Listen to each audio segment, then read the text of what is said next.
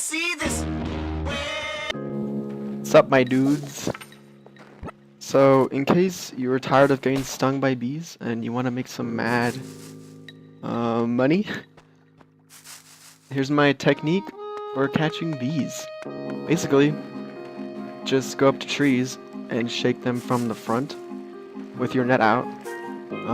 When a beehive drops out, you'll automatically turn and face it, push A, and you catch the bees. Easy as that.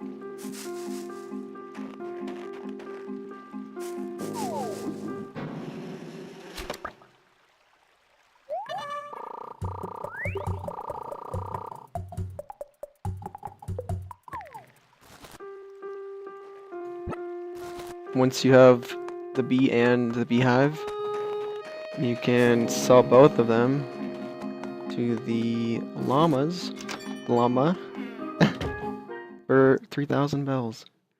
It's pretty good. That, and you also get money randomly and furniture from trees, so makes trees decent. And you can do it from the very beginning of the game, so enjoy.